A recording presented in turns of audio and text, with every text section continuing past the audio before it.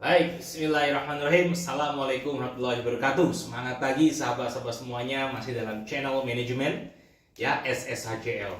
Kali ini kita akan membahas tentang masih dalam inovasi.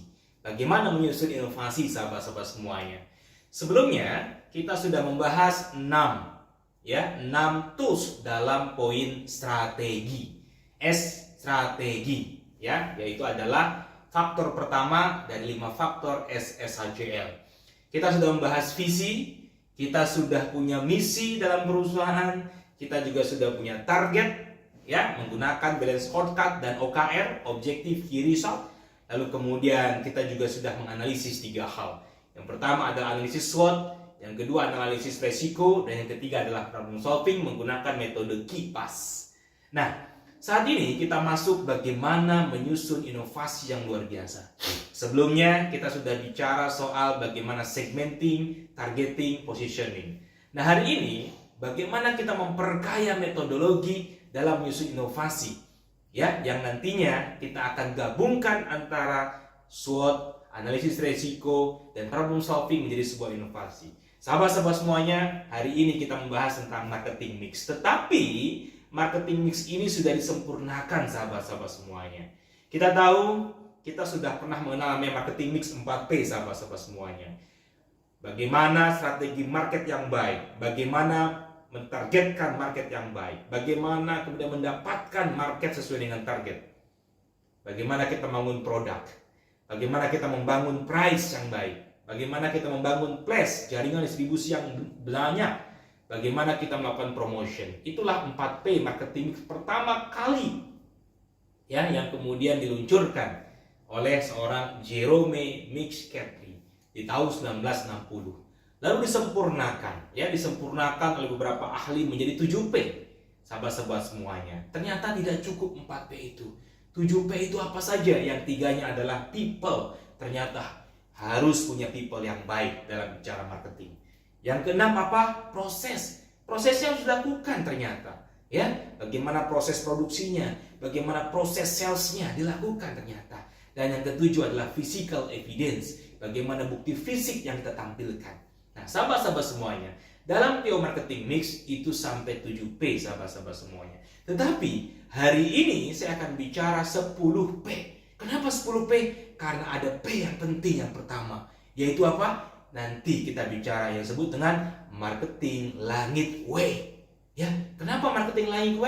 Karena ada P yang ke-10 yang tidak kalah penting, bahkan ini yang utama sahabat-sahabat semuanya. Baik, sahabat-sahabat semuanya, P yang ke-8 apa? Ternyata kita tidak cukup dengan 7P. Kita butuh P yang ke-8, yaitu apa? Public relation, sahabat-sahabat semuanya. Kita perlu yang namanya relation. Kita perlu sebagai pimpinan perusahaan, kita perlu sebagai seorang sales melakukan public relation. Bagaimana kita membangun relasi? Sehingga apa? Sehingga kalau relasi kita kuat, itu membuat akhirnya terbukalah peluang bagaimana kita bisa closing sebagai tenaga sales, sahabat-sahabat semuanya. P yang ke-9 apa? P yang ke-9 adalah brand. Hari ini kita butuh P, power, sahabat-sahabat semuanya. Apa itu power? Kekuatan. Kekuatan apa yang dimaksud? Kekuatan brand, sahabat-sahabat semuanya. Bagaimana value brand kita, bagaimana kekuatan identity brand kita.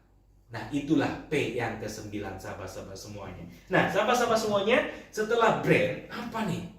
Inilah disebut dengan marketing langit Waze. Sebuah inovasi dalam buku SSHCL yang saya buat, yang tim kami buat, saya dan teman-teman ya, sahabat-sahabat semuanya, bukan saya pribadi. Nah, dalam marketing mix ini kita disebut dengan marketing mix langit, sahabat-sahabat semuanya. Kenapa? Karena 9 plus 1. Bahkan saya balik, 1 plus 9. Apa itu satunya? Yaitu Pre, sahabat-sahabat semuanya. Jadi ada 10 ya. Yang pertama adalah pre, yang kedua adalah people, yang ketiga product, promotion, price, place, physical evidence, process, power tadi ya, brand power. Kemudian public relation, sahabat-sahabat semuanya. Dan saya susun ya berdasarkan priority, sahabat-sahabat semuanya. Pertama adalah pre, yang kedua people. Jadi kalau dalam teori marketing mix judul people adalah menyempurnakan dari 4P, justru saya tempatkan menjadi yang kedua. Kenapa yang kedua? Sesuai dengan teori balance scorecard, ketika kita menyusun sebuah target, balance scorecard memulai dari people development. Sahabat-sahabat semuanya, mari kita bahas satu persatu. Bagaimana kita membangun inovasi? Bagaimana kita membangun sebuah program kerja perusahaan kita? Bagaimana kita membangun sebuah inisiatif inovasi perusahaan kita? Supaya apa? Supaya tercapai target-target yang kita harapkan. Target apa? Yang paling utama tentu dalam sebuah perusahaan adalah target sales, sahabat semua. Maka dalam mencapai target sales, sebelumnya kita sudah bicara segmenting, targeting, positioning. Bagaimana kita punya segmen, bagaimana kita punya target yang jelas dalam segmen itu, dan bagaimana kita punya positioning produk kita. Selanjutnya, mari kita melakukan inovasi, inisiatif, program kerja, strategi dari 10 penjuru arah mata angin. Bayangkan, kalau dari 10 arah penjuru mata angin kita serang, kita perbagus, kita berinovasi, insya Allah pasti insya Allah dengan izin Allah perusahaan kita akan memenangkan persaingan, sahabat-sahabat. Maka marketing mix ini, atau yang sekarang saya kenalkan disebut marketing langit W ini, 10P, bukan hanya 4P, bukan hanya 7P, bukan hanya 9P, tapi 10P ini mampu menjadi panah-panah dari berbagai penjuru kita menyerang market kita, sehingga kita bisa memenangkan persaingan, sahabat-sahabat semua. Apa saja? Yang pertama, tadi saya katakan, yang pertama dan paling utama adalah P yang pertama, yaitu pray, sahabat-sahabat semuanya. Apa itu pray? Pray itu dalam bahasa Indonesia tentu adalah doa. Bagaimana perusahaan kita punya inovasi dalam doa? Paling tidak ada 5, sahabat-sahabat semuanya. Pertama, kekuatan doa. Ya, jadi perusahaan kita harus punya kekuatan doa yang luar biasa. Yang kedua, kekuatan ibadah, sahabat-sahabat semuanya. Ibadah dalam konteks keyakinan, ya, masing-masing para pengusaha, masing-masing para karyawan. Ya, sahabat-sahabat semuanya. Dalam konteks marketing langit, kenapa muncul marketing langit? Dan kenapa P yang pertama adalah pray, sahabat-sahabat semuanya? Karena rezeki itu dari mana coba? Sales dari mana coba? Revenue yang kita dapatkan, yang kita targetkan dari mana munculnya? Rezeki itu, jodoh itu, kematian itu sudah ditentukan oleh Tuhan yang Maha Kuasa. Kalau kita Muslim, kita percaya, ya, dalam Zariyat. Oke, baik, bahwa tidak ada satupun makhluk di muka bumi ini yang tidak disebut tentukan rezekinya oleh Allah Subhanahu Wa Taala. Dimanapun dia berada, sekecil apapun makhluk itu, maka rezeki, maut, jodoh sudah dituliskan 50.000 tahun sebelum penciptaan manusia dalam kitab nyata, yaitu Lauhul Mahfuz. Maka yakinlah, dalam konteks kita melakukan strategi inovasi sales, inovasi marketing, maka konteksnya adalah kita menjemput yang namanya rezeki yang sudah ditentukan. Cuma kita nggak tahu rezeki kita berapa, ya. Makanya supaya kita jemput rezekinya, maka kita lakukan strategi inovasi marketing. Ya, sahabat-sahabat semuanya. Sahabat-sahabat semuanya, yang pertama kekuatan doa. Yang kedua adalah bagaimana karyawan kita ibadah. Bagaimana pimpinan perusahaan meningkatkan ibadahnya. Bagaimana dalam perusahaan kita dibangun kebudayaan ibadah. Yang ketiga adalah sedekah, sahabat-sahabat semuanya. Bagaimana dalam inovasi kita melakukan sedekah. Bagaimana program corporate social responsibility-nya dijalankan. Lakukan inovasi-inovasi seperti itu. Lalu kenapa lagi yang penting? Bakti dengan orang tua. Bagaimana menggerakkan karyawan kita untuk melakukan bakti pada orang tua. Dan yang keenam apa? Ridho seorang istri. Kalau karyawan sudah punya istri, maka ridho seorang istri harus betul-betul dilakukan. Maka strategi perusahaan yang baik dalam konteks pray adalah bagaimana perusahaan melibatkan istri-istri karyawan. Ya, dalam sekian bulan sekali diundang istrinya. Ke kantor diundang. Mungkin bisa silaturahmi, bisa pengajian bareng. Lalu kemudian apa? Akhirnya muncul keridoan daripada istrinya kepada suaminya. Inilah pray, kekuatan luar biasa, sahabat-sahabat semuanya. Inilah inovasi yang harus dibangun pertama kali kalau kita bicara inovasi strategi. Ya, maka pray. Kita lihat, kita mencontoh dari sebuah perusahaan logistik nomor 1 Indonesia, yaitu JP. Bagaimana mereka membangun doa-doa itu. Bagaimana mereka berinovasi dalam ibadah. Lihat bagaimana mereka mengutamakan ibadah daripada pekerjaannya. Mereka mengutamakan ketika kemudian azan berhenti untuk melakukan ibadah. Itulah konsep-konsep strategi pray, sahabat-sahabat semuanya. Bagaimana karyawannya kemudian didorong untuk sholat duha. Karena keyakinan pada fadilah manfaat sholat duha. Sahabat-sahabat semuanya. Tidak hanya Muslim, yang Kristiani juga didorong untuk ibadah. Yang Kristiani juga diberikan kemudian dibangun spiritualnya. Karyawannya juga beraktivitas dalam okumene. Bukan hanya Muslim pada BKM-nya. Inilah ya kita bisa mencontoh dari perusahaan logistik terbesar Indonesia. Makanya apa? Walaupun persaingan semakin ketat, tapi dia tetap bisa menjadi nomor satu. Karena apa? Strategi pray yang pertama, doa, ibadah. Apalagi sedekah. Bagaimana JNE masih tetap menjadi nomor satu? Dia bersedekah 2,5% dari keuntungannya untuk kemanusiaan dan anak-anak yatim, sahabat-sahabat semuanya. Ya, setiap tahunnya dia dianugerahkan menjadi perusahaan yang terbaik dalam konsep social responsibility-nya. Itu menjadi sebuah bagian daripada strategi perusahaannya. Bagaimana melakukan sedekah-sedekah itu. Dan kita yakin, yang 1 biji kita sedekahkan 700 kali lipat dibalas oleh Tuhan yang Maha Kuasa. Itulah. Jadi, strategi marketing, strategi inovasi yang pertama dalam perusahaan Anda, sahabat-sahabat semuanya, yang harus dibangun adalah apa? P yang pertama, pray. Ya, apa saja lagi? Doa, sedekah, strategi ibadah, kemudian bakti sama orang tua, dan ridho seorang istri. Istri siapa? Istri pengusahanya, istri para karyawannya. Itulah P yang pertama, sahabat-sahabat semuanya, dalam marketing langit W10P. Yang kedua, kenapa saya tempatkan people justru yang kedua sebelum produk, sebelum promotion? Karena people yang paling berpengaruh, sahabat-sahabat semuanya. People yang paling berpengaruh. Ya, bagaimana strategi rekrutmen people-nya? Ya, people itu bukan hanya sales people-nya, sahabat-sahabat semuanya. Bukan hanya marketing people-nya, tapi people manajernya, orang produksinya, orang keuangannya. Kenapa? Itu penting semuanya. Nanti kita bicara proses. Dan semua itu, ya PP yang lain tergantung people-nya, sahabat-sahabat semuanya. Maka strategi inovasi dalam people, jangan lupa itu menjadi nomor 2 setelah pray. Bagaimana strategi rekrutmen people-nya? Bagaimana strategi development people-nya? Terutama development people sales-nya, sahabat-sahabat semuanya. Bagaimana strategi kompensasi dalam people-nya? Tentu kompensasi sales berbeda dengan kompensasi people yang lain. Sahabat-sahabat semuanya, bagaimana strategi rekrutmen? Bagaimana kita melakukan inovasi-inovasi dalam talent management?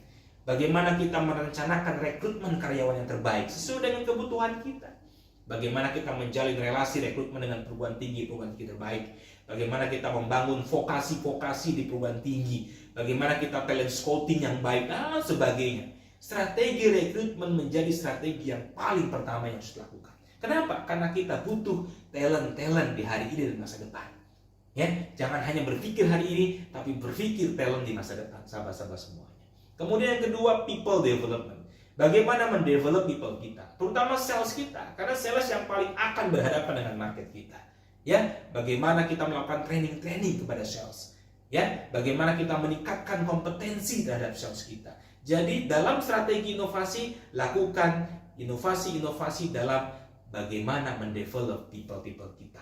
Tidak hanya sales, sahabat-sahabat semuanya, karena kalau sales bagus, produknya juga nggak bagus gimana? Maka bukan hanya rekrutmen, bukan hanya development sales, tapi rekrutmen development untuk orang produksinya yang terbaik, ya, orang customer service-nya yang terbaik, supaya dia bisa menjalani karena punya juga yang baik. Itulah ya, rekrutmen yang baik, development yang baik, dan yang ketiga jangan lupa kompensasi.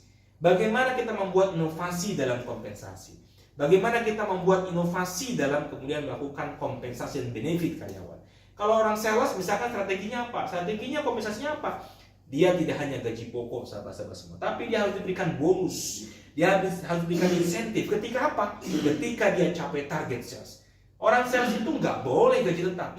Orang sales itu nggak boleh dia dibuat apa? Oh, gajinya sudah tetap, maka dia akan malas. Orang sales itu harus sistemnya adalah gaji plus insentif, ya, gaji plus bonus, karena dia akan tergerak bagaimana closing.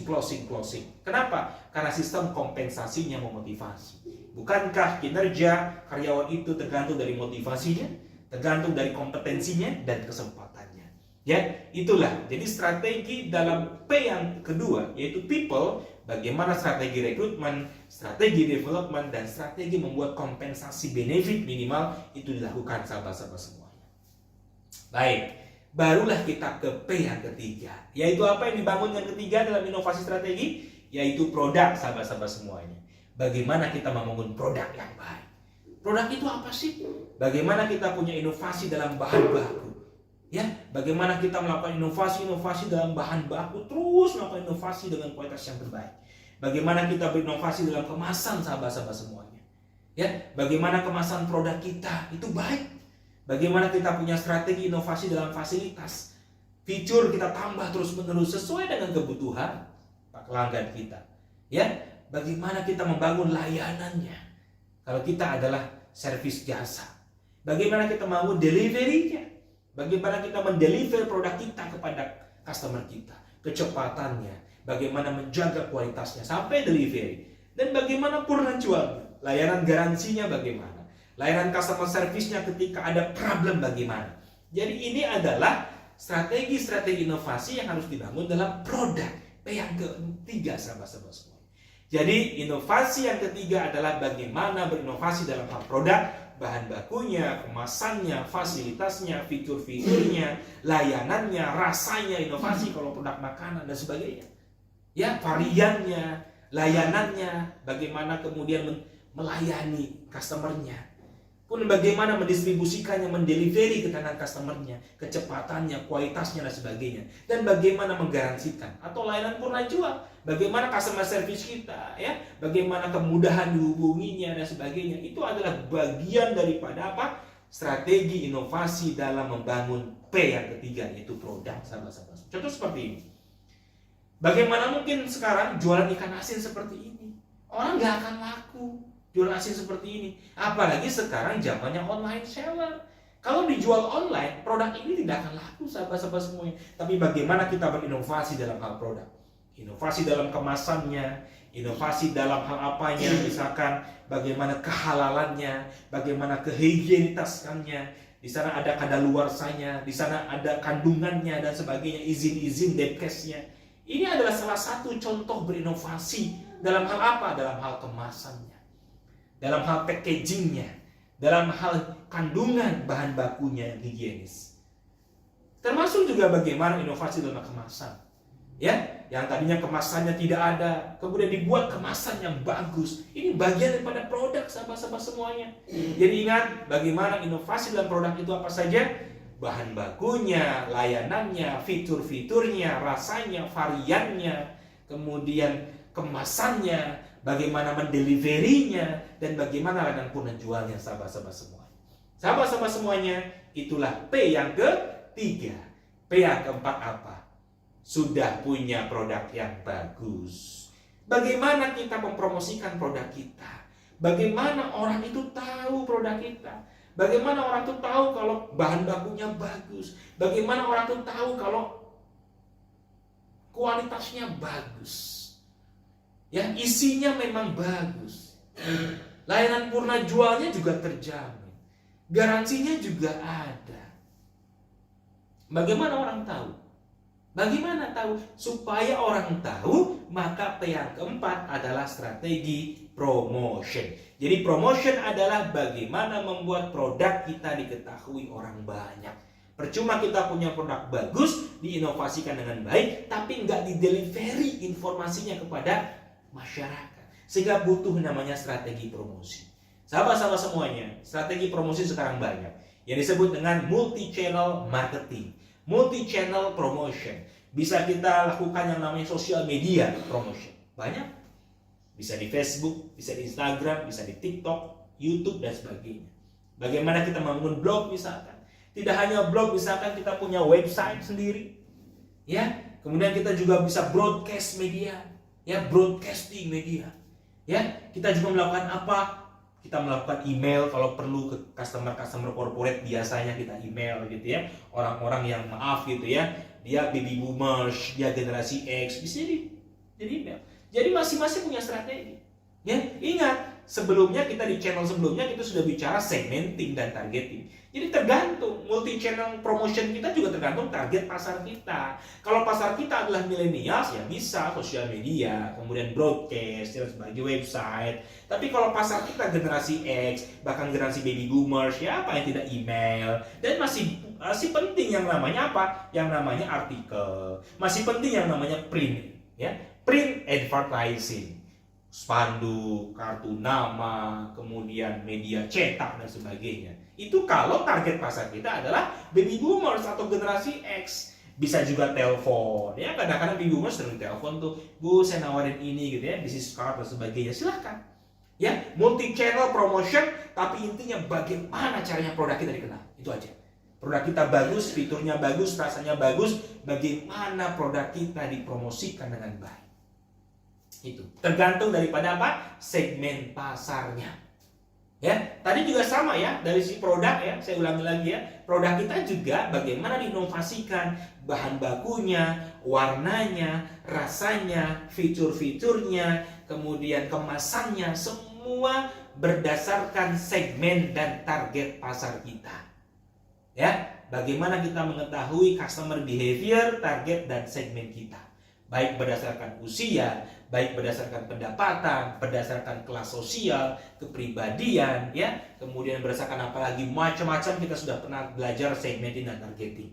Maka produk pun dibangun baik bahan bakunya, fitur-fiturnya, layanannya, deliverynya tergantung daripada target pasar kita, sahabat-sahabat semuanya. Begitu juga promotion, tergantung dari target pasar kita, ya.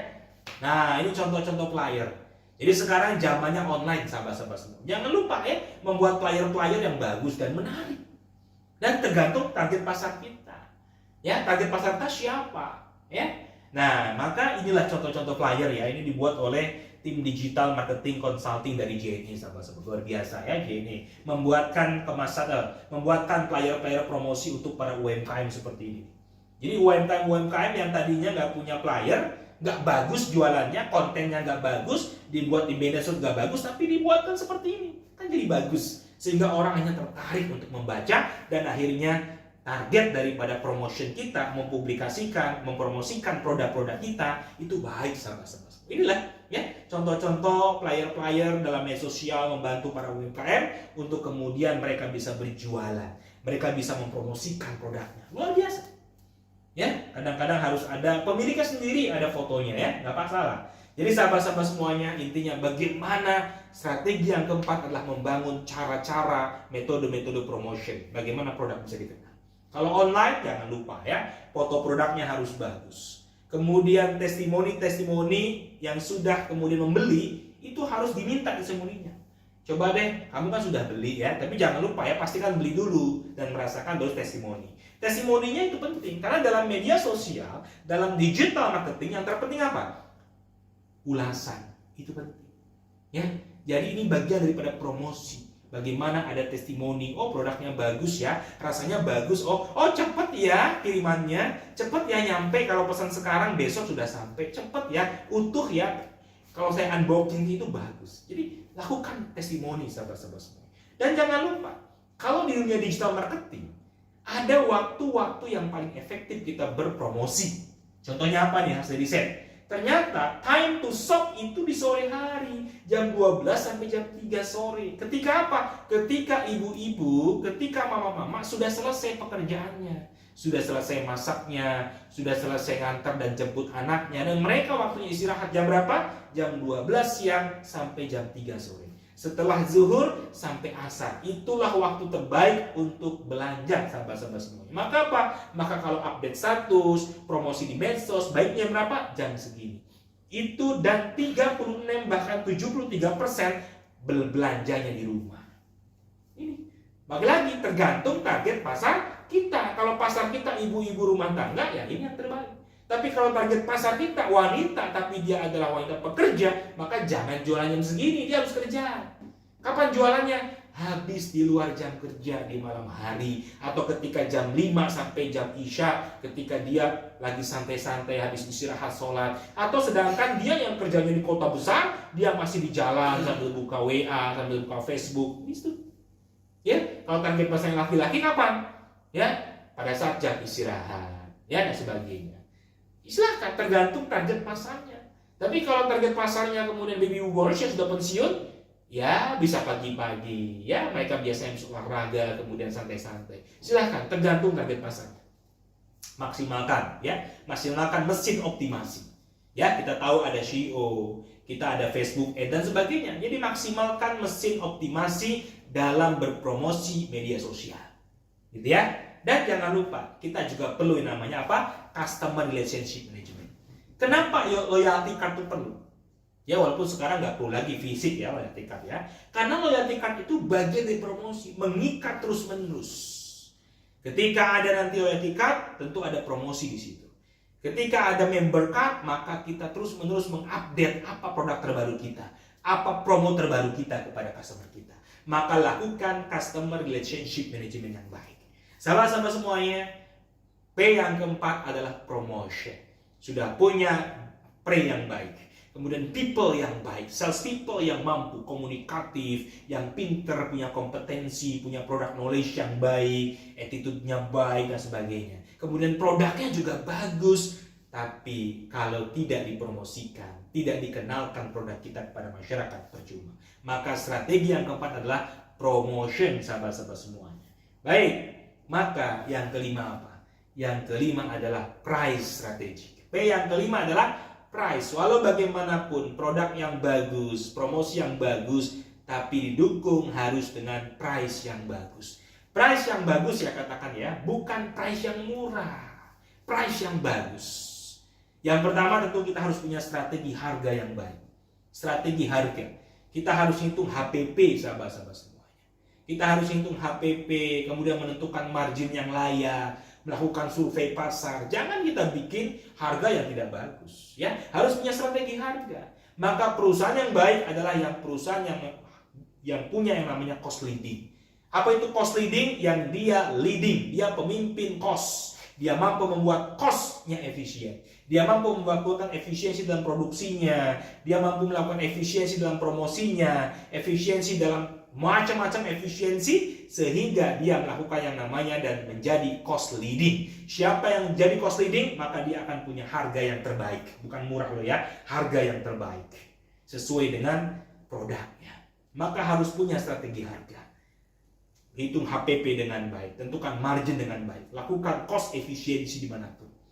Cost efisiensi tidak mengurangi kualitas. Kalau cost efisiensi mengurangi kualitas, yaitu bukan cost efisiensi namanya ya, itu mengurangi kualitas produk sehingga harganya murahan ya. Kemudian diskon penting nggak? Boleh, tapi diskon yang baik adalah di momen tertentu. Misalkan momen ulang tahun perusahaan ini kita kasih hadiah diskon, momen pada saat Ramadan kita kasih hadiah diskon, momen pada saat Natal tahun baru kita kasih hadiah diskon di momen-momen tertentu. Itu yang terbaik, bukan diskon terus. Momen-momen tertentu, momentum ya, marketing itu momentum. Kemudian apa? Cashback tiering. Boleh saja kita kasih cashback ya, maka saya menyarankan lebih baik cashback dan tiering, bukan diskon. Kalau cashback itu kita mengikat customer kita. Oke, ya, cashback namanya sahabat-sahabat, atau tiering. Kemudian term and payment. Term of payment juga penting ya, bagaimana mengatur. Oke, nggak apa-apa kita buat term of payment-nya sebulan sekali ya. Ya, biasanya customer corporate nih, biasanya customer langganan. Oke, kita TOP-nya sebulan sekali ya. Kita TOP-nya seminggu sekali nggak apa-apa. Jadi boleh, kadang-kadang customer kita juga pengen TOP yang kemudian ditunda. Tapi jangan lama-lama. TOP lebih dari sebulan nanti outstanding. Ngapain outstanding ya? Jualan banyak-banyak tapi uangnya nggak masuk. Jadi pastikan TOP-nya juga tepat dan sesuai dengan customer kita. Nah, sahabat-sahabat semuanya. Ya, kenapa harga itu penting? Apalagi dalam dunia online marketing. Dengan mudahnya customer membanding-bandingkan harga dengan produk yang sama. Coba. Dengan mudahnya customer membanding-bandingkan harga. Maka hati-hati, kita harus lakukan riset pasar, kemudian tentukan HPP yang baik dan tentukan margin yang baik ya. Supaya apa? Ketika dibanding-bandingkan dalam sosial media marketing atau digital marketing oleh customer kita, maka kita berada di posisi harga yang terbaik menurut mereka. Ya, jangan lupa. Nah, cashback atau tiering. Saya lebih merekomendasikan cashback dibandingkan diskon sebenarnya. Kenapa? Karena cashback tiering itu memotivasi customer kita. Kalau customer kita belinya ke kita 10, ya nggak dapat diskon dong. Tapi kalau belinya 50, dapat diskon 5%. Kalau belinya 100, dapat diskon 7,5%. Kalau belinya 200, dapat diskon 10%. Ada tiering, ada target. Itu yang paling direkomendasikan, bukan diskon. Ya, tapi cashback itu lebih mantap, sahabat-sahabat semua. Ya, baik, itu adalah P yang kelima, sahabat-sahabat semuanya, yaitu price, strategi price. People, produk, promotion, dan price. P yang keenam, produknya sudah bagus, promosinya sudah luar biasa mantap, price-nya, harganya juga bagus. Kita butuh memperbanyak yang namanya place. Apa itu place? Place adalah jaringan penjualan. Place adalah saluran distribusi. Bagaimana kita mendistribusikan produk kita, bagaimana produk kita sampai, bagaimana produk kita mudah didapatkan. Itu namanya place. Maka harus ada strategi place, sahabat-sahabat semuanya. Nah, hari ini kita dihadapkan dua pilihan.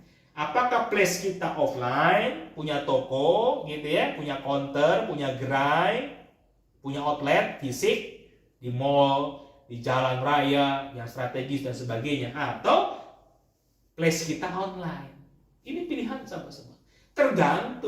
Tergantung pasarnya, tergantung segmennya, balik lagi.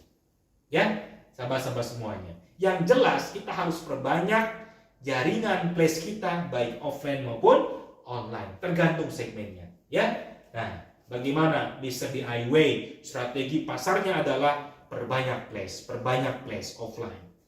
Ya, bagaimana Mixway? Bagaimana strateginya? Strateginya perbanyak place. Dan sekarang juga banyak sekali yang meniru Mixway ya, dan mereka juga perbanyak tempatnya. Kenapa? Tempat bukan hanya jalur saluran distribusi mendekatkan kepada customer, tapi tempat juga bagian daripada branding kita. Walaupun sekarang memang kadang-kadang nggak terlalu penting tempat itu dekat-dekat. Kenapa? Sekarang bisa online, sekarang bisa pakai Gojek, sekarang kita bisa GoFood dan sebagainya, GrabFood, dimanapun, tapi tetap yang namanya tempat. Kenapa di iWay ini kemudian membuka banyak-banyak? Kenapa Mixway juga buka banyak-banyak? Karena bagaimanapun ya, orang mungkin tetap senang membeli es krim dengan sendirinya. Dia khawatir kalau pakai kurir. Ya, banyakin tempat. Tapi tergantung pasar kita. Kalau pasar kita memang senang offline, maka banyakin gerai-gerai offline-nya. Tapi kita juga bisa membuka banyak, sekali lagi ya, banyak place di online. Buka sebanyak-banyaknya. Kalau memang pasar kita, target kita, segmen kita, produk kita bisa jual secara online. Di Facebook ada, di Instagram ada, di WA juga ada, di LinkedIn juga ada, kemudian di YouTube juga ada, di TikTok juga ada, di marketplace juga banyak. Buka sebanyak-banyak. Yang penting apa? Jangan lupa ketika ada pesanan, toko kita buka. Jangan buka banyak-banyak, nggak ada orang yang admin yang ngelayanin. Nah, tokonya tutup terus ya, tokonya buka tapi nggak ada orang, gimana belinya ya? Jangan lupa, sesuai dengan kemampuan dan kapasitas kita. Tapi perbanyak strategi place. Kalau Anda punya visi nanti, visinya terbesar di Indonesia. Tahun depan perbanyak jaringan di Sumatera. Tahun depannya lagi banyakin jaringan di Jawa. Tahun depan lagi jaringan. Jaringan itu membuat akhirnya visi kita tercapai menjadi perusahaan terbaik nomor 1 di sebuah wilayah. Karena place-nya. Ya, oke. Di online, kalau di online juga kita dihadapkan dua pilihan, sahabat-sahabat semuanya. Ya, pilihan pertama adalah apakah Anda mau jualan di marketplace, di pasar orang, di tempat orang, atau di toko sendiri. Buka toko sendiri ya, punya website sendiri, bahkan punya aplikasi sendiri. Silahkan, tergantung. Kalau awal-awal produk kita, jangan buka toko sendiri dong. Gak akan ada orang yang mau. Gak akan ada orang yang mengunjungi toko kita. Buka di pajak, buka di pasar gitu ya. Kalau bahasa medenya pajak. Buka di pasar yang sudah jelas rame. Silakan, gak apa-apa. Buka di marketplace yang jelas-jelas rame. Sehingga apa? Sehingga produk kita yang baru ini bisa dikenal orang. Apalagi di marketplace ada program-program ya. Ada program 99, 10, 10, 11, 12, 12. Itu membantu produk kita terkenal. Tapi kalau produk kita sudah terkenal, ya bagusnya bukan toko sendiri.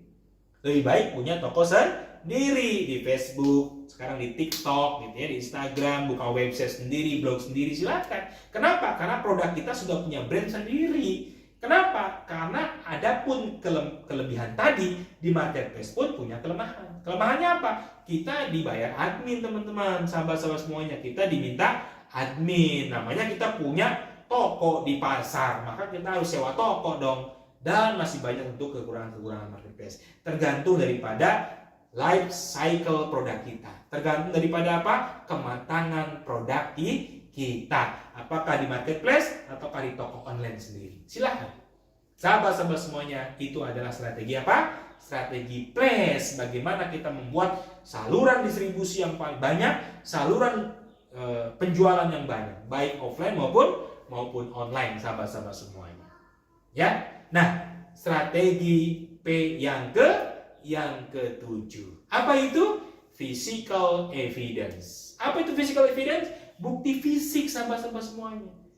Ya, bukti fisik. Orang mau beli produk kita, mau jasa, mau produk barang, tergantung bukti fisiknya. Bukti fisiknya menarik, bagus, maka dia yakin pasti produknya pun berkualitas. Tapi kalau bukti fisiknya juga nggak bagus, nggak meyakinkan, nggak akan beli. Kenapa? Produknya juga pasti jorok, produknya juga biasa, produknya juga murah. Karena apa? Bukti fisiknya juga jelek. Apa bukti fisik itu? Bisa tampilan counter penjualan kita, tampilan daripada kantor kita. Ya. Kantor tetap penting. Kenapa orang bangun kantor bagus-bagus? Supaya bukti fisiknya baik. Tampilan pabriknya, tampilan dapurnya, termasuk tampilan karyawannya. Nih lihat ya, inilah disebut dengan physical evidence element. Dari mulai location desainnya, equipment yang digunakannya, ya, yang digunakan, kualitas udaranya, lighting juga penting. Kenapa sih di counter-counter itu lighting harus bagus, cerah? Karena itu bukti fisik, sahabat-sahabat semuanya. Kalau tokonya gelap, itu bukti fisik juga. Itu bukti fisik yang bisa mempengaruhi customer, di mana apakah produk kita bagus atau tidak. Ya, kemudian noise, musik. Kenapa dibuat musik? Bukan hanya untuk kenyamanan customer, tapi itu juga bukti fisik loh. Kemudian employee dress code, parking situation, sampai tempat parkir pun itu adalah bukti fisik loh. Parkir yang luas, parkir yang gampang, itu colors, warna. Ya, kemudian furniturnya juga bukti fisik. Billing paper loh. Bayangkan, kita ngirim invoice saja itu bukti fisik. Ada toko yang pakai cuma kwitansi warung. Itu bukti fisik loh, membuat produk kita dikenal bagus atau tidak. Tapi kalau invoice-nya keren, invoice-nya desainnya bagus, itu juga bukti fisik. Jangan lupa, bukti fisik juga kwitansi, ya. Kemudian business card, ya, kalau kita punya kartu nama juga desainnya bagus atau tidak, bahannya mahal atau tidak, itu bukti fisik perusahaan kita. Makanya coba lawyer yang tingkat atas itu business cardnya, kartu namanya tuh warnanya emas, keren. Tapi ya itu kan apa? Karena dia menunjukkan kualitas daripada layanan jasa lawyernya.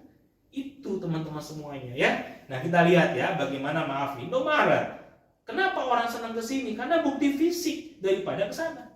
Walaupun harganya mungkin murah, walaupun produknya mungkin lengkap, tapi bukti fisik lagi-lagi kadang-kadang bisa menang daripada ini. Ya. Nih, kenapa orang bagus-bagusin kantor? Karena bukti fisik. Kadang-kadang kita mau beli produk. Kadang-kadang sebuah perusahaan dia cari supplier buat bahan baku. Kadang-kadang perusahaan itu mau lihat dulu kantornya di mana, ya kan?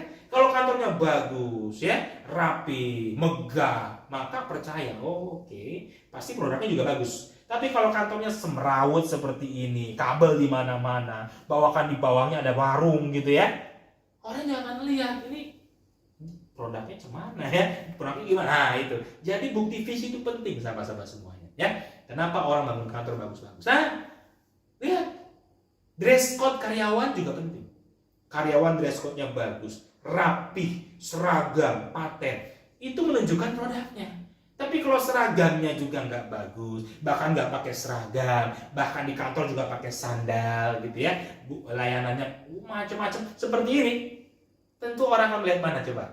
Orang akan memilih ini. Walaupun harganya mahal, tetap beli, Pak. Karena apa? Karena dress code karyawannya. Bagaimana penampilan karyawannya.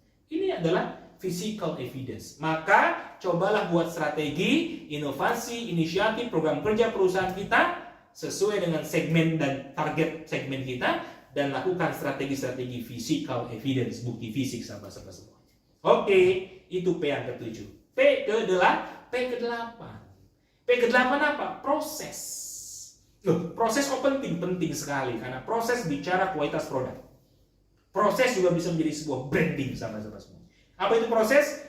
Apa teknologi yang digunakan di perusahaan kita? Apa proses produksinya bagaimana? Bagaimana izin-izin usaha kita? Ada nggak? Compliant nggak kita terhadap aturan pemerintah? Jadi sahabat-sahabat semuanya, proses itu penting. Ya, proses itu penting dalam sebuah perusahaan. Bagaimana perusahaan dijalankan? Ingat ya, teknologinya bagaimana? Makanya inovasi dalam teknologi. Bagaimana proses produksinya?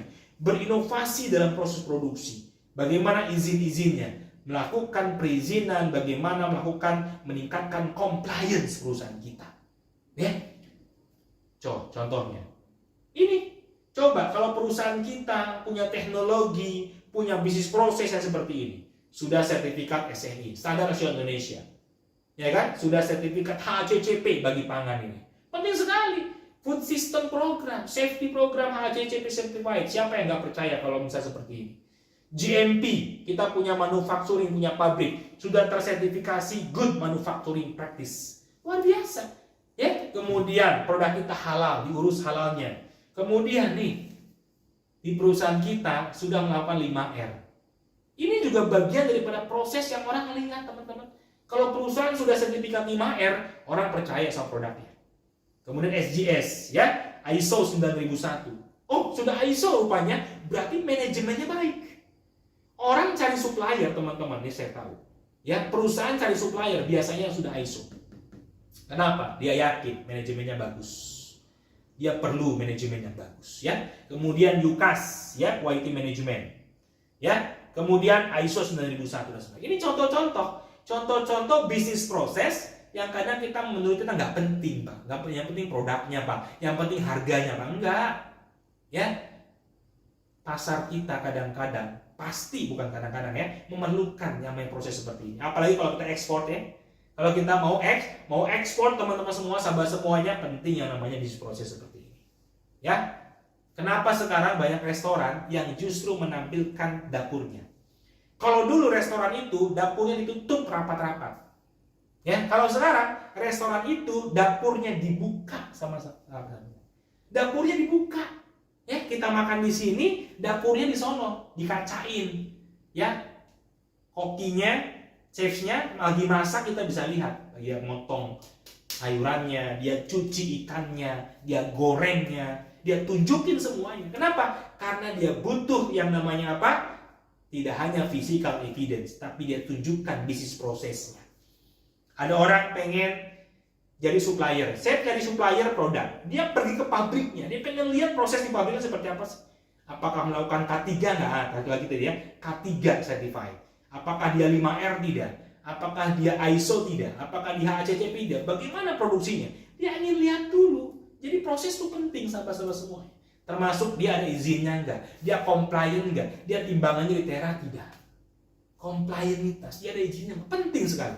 Jadi P yang ke-8 adalah proses. Ini juga sangat penting sahabat-sahabat semuanya. Jadi bikinlah strategi inovasi dalam hal proses sahabat-sahabat semuanya. Nah, P yang ke-9. P yang ke-9. Apa itu? Power. Ya, P yang ke-9 apa? Power sahabat-sahabat semuanya. Power itu apa? Power itu adalah kekuatan merek. Merek kita populer tidak. Nah, satu lagi, bukan hanya kekuatan merek, bukan hanya popularitas, tapi apa? Value produk kita. Value merek kita kepada pelanggan. Sahabat-sahabat semuanya, kita lihat. Kenapa orang dengan harga yang mahal 35.000 mau ngopi di Starbucks? Padahal ada kopi di warung kopi sebelah, harganya cuma 5.000. Sama-sama kopi, Pak, sama harganya. Sama rasanya. Harganya beda 7 kali lipat. Kenapa? Karena branding. Branding, the power of branding daripada Starbucks. Branding itu apa? Branding adalah kekuatan value. Branding itu bukan sales, branding itu bukan promotion. Ini ya, ada sales, ada branding, ada promotion. Apa bedanya? Kalau sales, targetnya closing.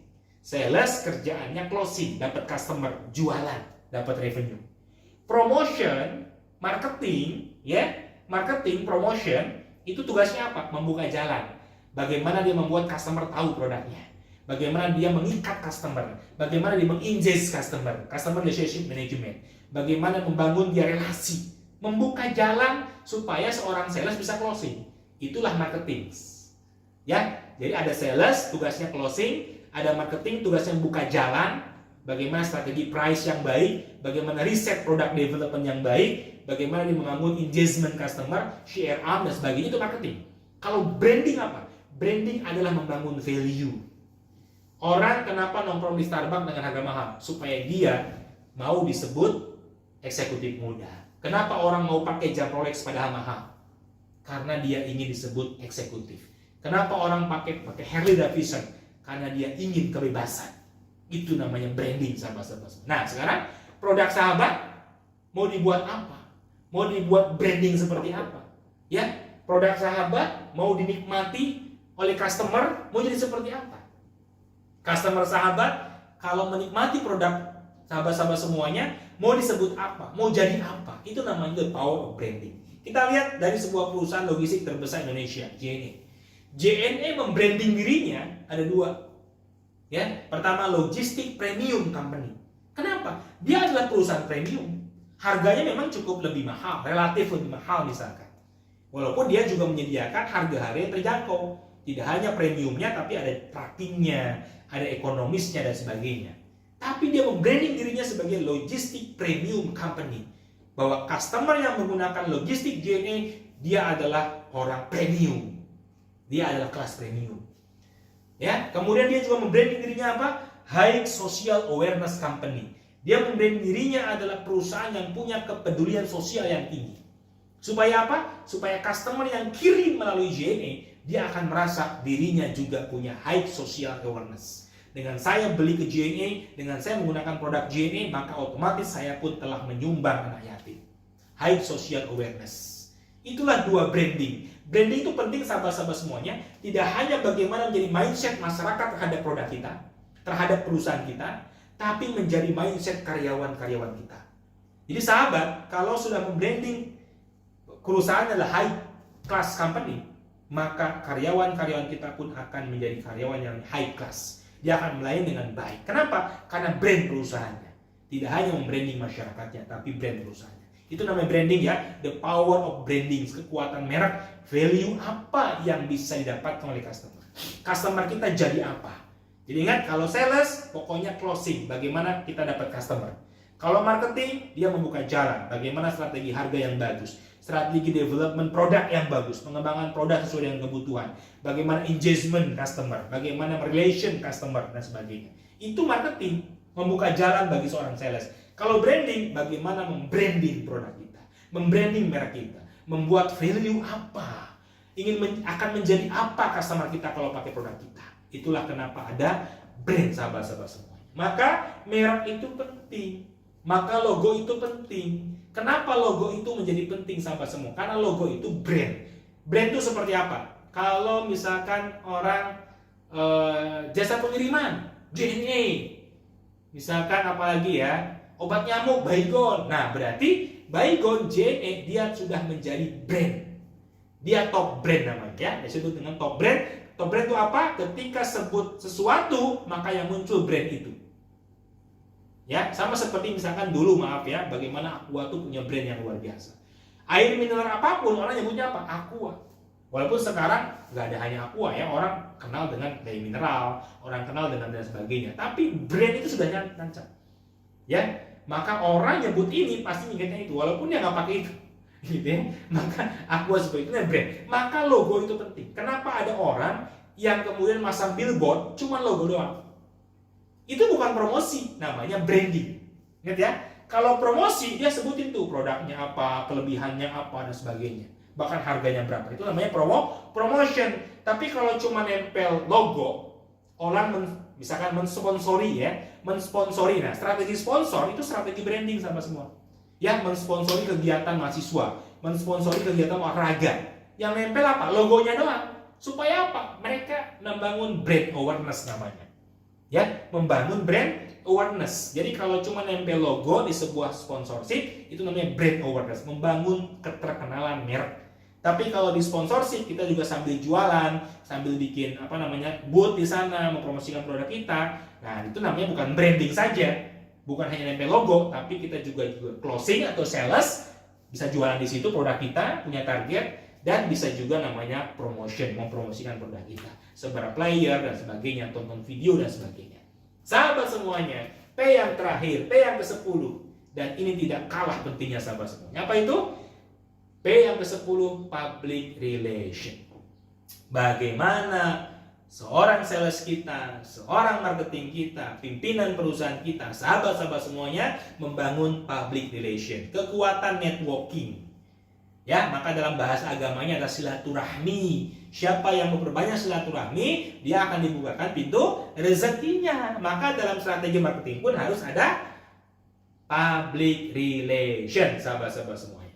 Maka bikinlah strategi inovasi, bikinlah yang namanya program kerja, bikinlah inisiatif dalam perusahaan-perusahaan Anda. Itu strategi apa? Strategi public relation. Kapan kita harus mendekati pemerintah? Misalkan melalui program apa? Program kolaborasi dengan dinas apa? Bikin public relation.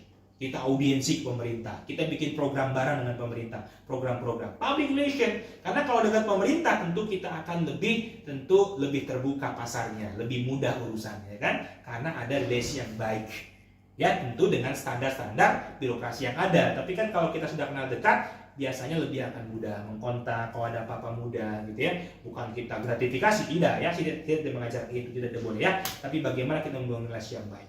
Kemudian kapan kita goes to school, goes to kampus, ya, membangun relasi ke kampus-kampus, membangun relasi ke sekolah-sekolah. Karena dekat-dekat akademisi juga baik, ya. Jadi kapan kita relation kepada akademisi. Membangun relasi juga di bisnis, ya, asosiasi. Kita sebagai pemimpin perusahaan harus gabung di asosiasi, ya, gabung di asosiasi manapun, berkomunitas, berelasi dengan bisnis-bisnis yang lain. Contoh ini, bagaimana kita bisnis matching. Kita gabung di Kadin, sahabat-sahabat semuanya. Gabung di asosiasi profesi misalkan. Ini bagaimana kita kemudian melakukan komunitas sepeda motoran dengan komunitas yang lain, dengan pebisnis yang lain, dengan pengusaha yang lain. Ya, silahkan membangun relasi dengan sebanyak-banyaknya di dunia bisnis. Terakhir apa? Komunitas. Kita juga harus bangun komunitas, bangun relasi dengan komunitas. Kita harus bangun relasi dengan komunitas sepeda, komunitas hobi pelari, komunitas hobi macam-macam ya, hobi misalkan hewan, ya, pencinta hewan, komunitas pencinta apa, komunitas macam-macam. Silakan ikuti semua komunitas, termasuk ibu-ibu pengajian, remaja-remaja gereja. Bangun relasi dengan semua komunitas, ya, karena semakin banyak relasi dan sebagainya, semakin banyak relasi, maka terbuka peluang kita untuk closing lagi marketing. Termasuk juga apa? Relasi dengan media. Jadi ABGC, teman-teman. ABGC plus M. M-nya apa? Media. Akademisi, bangun relasi dengan akademisi, bangun relasi dengan bisnis, bangun relasi dengan government, pemerintah, bangun relasi dengan community, dan bangun relasi dengan media. Walau bagaimanapun kita perlu relasi dengan media. Kenapa? Dengan media yang baik, maka ketika ada masalah, kita terhindar dari negatif campaign. Masa kita sudah dekat dengan media, kita masih diberitakan kalau ada komplain? Insya Allah enggak. Kalau kita dekat dengan jurnalis, kita dekat media, berhubungan baik, ya. Walaupun kita juga tentu menghormati profesionalisme daripada jurnalis. Tapi kalau kita bangun relasi, insya Allah semua akan selesai. Ya, biasanya jurnalis akan konfirmasi dulu kita, dia tidak akan sembarangan memberitakan. Paling tidak beritanya akan objektif, karena mereka akan klarifikasi dulu dengan kita. Ya, dan kalau kita ada program CSR misalkan, dengan mudah media pun akan mempublikasikan, bahkan dengan harga yang minim, sahabat-sahabat semua. Baik, inilah yang namanya dengan strategi marketing langit 10P, sahabat-sahabat semua. Ya, kalau kita sudah melakukan segmenting, targeting dan positioning, maka langkah selanjutnya adalah kita coba membuat strategi-strategi inovasi, inisiatif, program-program kerja kita, perusahaan kita untuk mencapai target, visi dan misi kita. Bagaimana kita membangun brand, bagaimana kita membangun people, bagaimana kita meningkatkan kualitas produk, bagaimana kita meningkatkan promosi kita, strateginya apa, bagaimana kita berstrategi dalam price, bagaimana kita membangun place, jaringan distribusi dan sebagainya, online dan offline, bagaimana kita membuat physical evidence-nya baik dan dipercaya customer kita, bagaimana kita melakukan proses bisnis yang terbaik, bagaimana kita membangun the power of brand kita, dan terakhir bagaimana kita membangun relasi-relasi kita dengan pemerintah, dengan akademisi, dengan bisnis, dengan komunitas dan media. Sahabat-sahabat semuanya, jikalau 10P ini kita bangun, tentu berdasarkan analisis SWOT. Mana kekurangan kita, mana kelebihan kita. Dan ingat, pada saat kita analisis SWOT pun kita menggunakan marketing mix kan? Bagaimana membandingkan dengan customer kita, dengan komunitas kita. Ya, gunakan analisis SWOT, gunakan analisis risiko yang dilakukan, gunakan problem solving yang dilakukan, maka strategi-strategi bagaimana menguatkan kekuatan strength kita, bagaimana memperbaiki kelemahan weakness kita, bagaimana menangkap opportunity yang ada, bagaimana menghindari ancaman yang ada, bagaimana mengkontingensi plankan ketika ada risiko, dan bagaimana solve the problem kita, maka semua itu dengan cara apa? Panduannya 10P. Bangun dari 10 penjuru arah mata angin, maka insya Allah target market kita akan dapatkan. Sahabat-sahabat semuanya, demikian yang namanya strategi khususnya belajar marketing mix dengan 10P marketing of langit, sahabat-sahabat semuanya. Silakan sebarkan materi sebanyak-banyaknya, silakan. Mudah-mudahan menjadi amal dan ilmu jariah buat sahabat-sahabat semuanya. Silakan ajarkan pada yang lain. Sahabat-sahabat semuanya, jikalau ada yang benar, itu datangnya dari Tuhan yang Maha Kuasa, dari Allah Subhanahu wa Ta'ala. Ilmu Allah luar biasa. Jika ada yang salah, itu dari saya pribadi sebagai yang fakir ilmu manusia tidak ada apa-apanya. Terima kasih. Billahi taufiq wal hidayah. Assalamualaikum warahmatullahi wabarakatuh.